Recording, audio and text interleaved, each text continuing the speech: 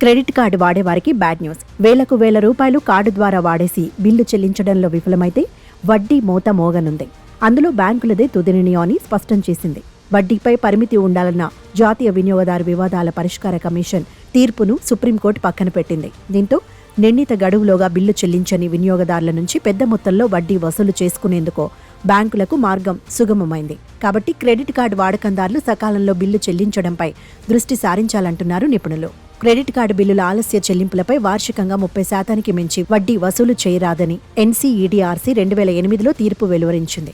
ఆలస్య చెల్లింపులపై బ్యాంకులు 36 నుంచి 49% మేర వడ్డీ వసూలు చేస్తుండటంపై ఆవాస్ ఫౌండేషన్ వినియోగదారుల కమిషన్ను ఆశ్రయించడంతో ఈ తీర్పు వెలువడింది. దీనిపై కొన్ని బ్యాంకులు సుప్రీంకోర్టును ఆశ్రయించాయి.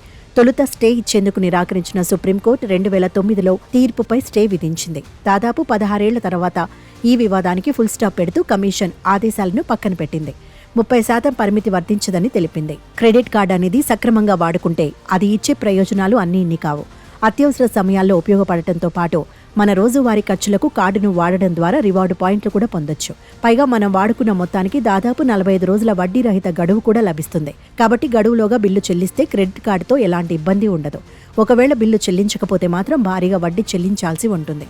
కాబట్టి వడ్డీ రహిత గడువులోగా నిర్ణీత మొత్తాన్ని చెల్లించడం మంచిదని సూచిస్తున్నారు నిపుణులు. కొత్తగా క్రెడిట్ కార్డు తీసుకునేవారు బ్యాంకు నిబంధనలు, ఆలస్య చెల్లింపులపై విధించే వడ్డీ రేట్ల వివరాలపై స్పష్టమైన అవగాహన కలిగి ఉండాలని సూచిస్తున్నారు.